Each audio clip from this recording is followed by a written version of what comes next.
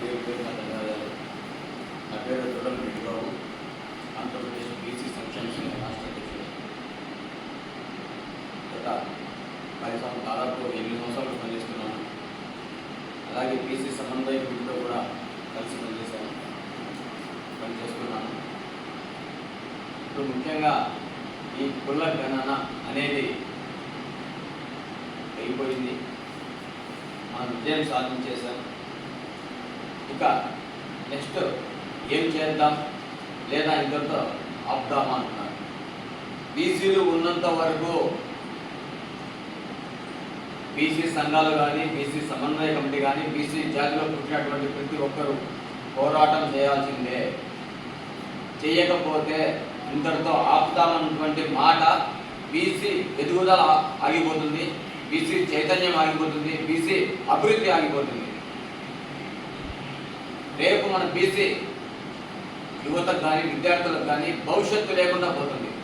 ఎందుకంటే ఇప్పుడే నాగేశ్వరరావు గారు చెప్పారు, అన్నమయ్య జిల్లా నుంచి కమ్మ, రెడ్డి, వైశ్యాస్ వాళ్ళందరికీ సంవత్సరానికి ఇంత తీసుకుంటున్నారు, మరి బీసీలు ఎందుకు తీసుకోవడం లేదు అని.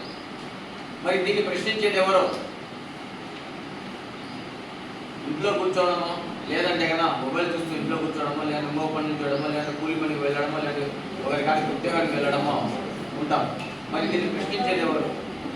ఈరోజు ఇంతమంది లీడర్లుగా వచ్చారంటే మన జాతి చేస్తున్నటువంటి అదృష్టం ఉంటుకోవాలి.